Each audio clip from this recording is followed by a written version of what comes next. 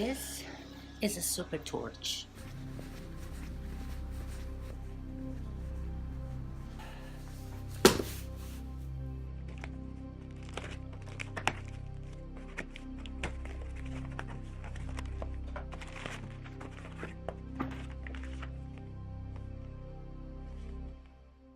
Hey guys, it's Tracy here with another video for you. Today we're gonna talk about two things. First, very briefly, my thoughts on the iPhone X. Second, my new Litra torch. So, talking about the iPhone X, I don't have it yet, but I am planning to get it as soon as possible because I've been using my iPhone 7 Plus since January this year. I love this phone because this phone is fantastic. I'm actually used to the big screen on this phone, even though sometimes I have some problems depending on the bag that I'm using. It tends to be a little bit too big. The idea of having a new phone which is a little smaller with a bigger screen appeals to me, and this is one of the reasons that makes me want to buy the new iPhone. Obviously, the price scares me a little bit because I don't want to have the 64 gigabytes. I want to have the 256, which is kind of ridiculous that you have to choose between one and the other. Why not have 128 and 256? I think it would be easier for you to choose, but between 64 gigabytes and 256, I mean, you don't have to think much. For just a couple of euros more, you will have a much bigger memory. So yes, I want to have the 256, but I'm still not sure when I'm going to get that phone. First, because of the price, and second, I am spending some money with other stuff in the house, so there are priorities and I need to be very serious. But before I go ahead and get the new iPhone, I just wanted to touch it. I wanted to have it in my hands. So I decided to go today to the Apple Store and touch it. To my surprise, I was a little bit disappointed with the size of it. Yes, it is gorgeous. It is a beautiful phone. The screen is bigger than the iPhone 7 Plus, but we have to admit that the iPhone 7 Plus is much wider. So depending on what you're doing, like watching a video, the feeling that this screen is still bigger than the iPhone X, yes, it's there. And you look at it, and immediately you have that feeling that even though the iPhone X has a bigger screen, this is still bigger. I don't know. I had a feeling that the phone is so fragile that if I look too long, it might break. I know it's very strange, but it's just the feeling that I got. To pay 1,300 euros on a phone like that, yeah, it really hurts. But yeah, what can I do? I want to have that phone. I just find it funny that I haven't seen any video where people actually complain about the size of the phone. Maybe it's just me. I don't know. Well, I guess I'm gonna have to decide that later. Anyway, let's talk about the Litra torch, which is basically what this video is all about. This is the Litra torch from the unboxing that you saw at the beginning of the video. This is a new light that I decided to buy for my videos because sometimes, even though I have my two lights here in the house to help me light up the room.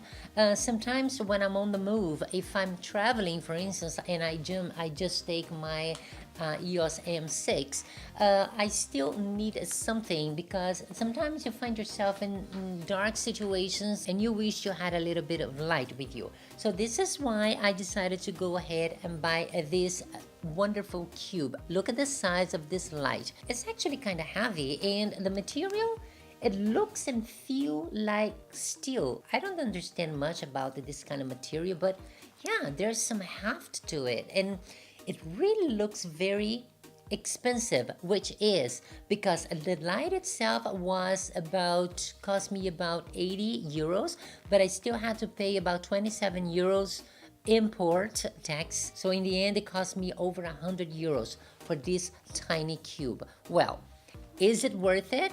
From what I saw in some YouTube videos, it's really good, but here it is, and we're gonna put it to the test, and I'm gonna find out whether this was worth it or not.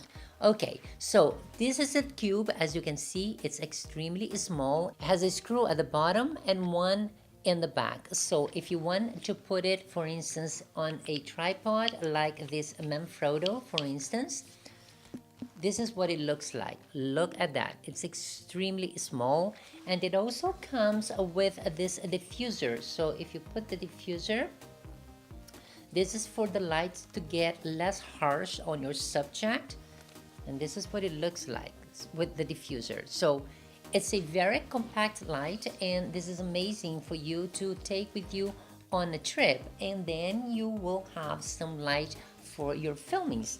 It also comes in the box an extremely short charging cable, which actually you can use any other charging cable, I believe. Micro USB, is that micro USB? Yes, USB-C, I'm not sure. I don't understand about that, but that's the cable that comes with it. Too short. Also, this little mount, it is a sort of a GoPro mount, as you can see here. So you can also use it on a pole, maybe. And it also comes with this little sleeve. It's a silicone sleeve because they said that this light, depending on how long you leave it on, it might get a little bit warm. So if you, to avoid that you burn yourself, you can actually put the sleeve on it and it will protect you. The only problem is that if you put the sleeve on, you cannot use the diffuser because the sleeve comes up to here. So I'm not sure how to use this. Anyway, there it is. Oh, and there's something that comes for your belt. I'm not sure how to use this, but I don't think I'm gonna be using that. Well, it has 4 modes. As you can see here, there's a button on top of it, Litra, let's see, Litra.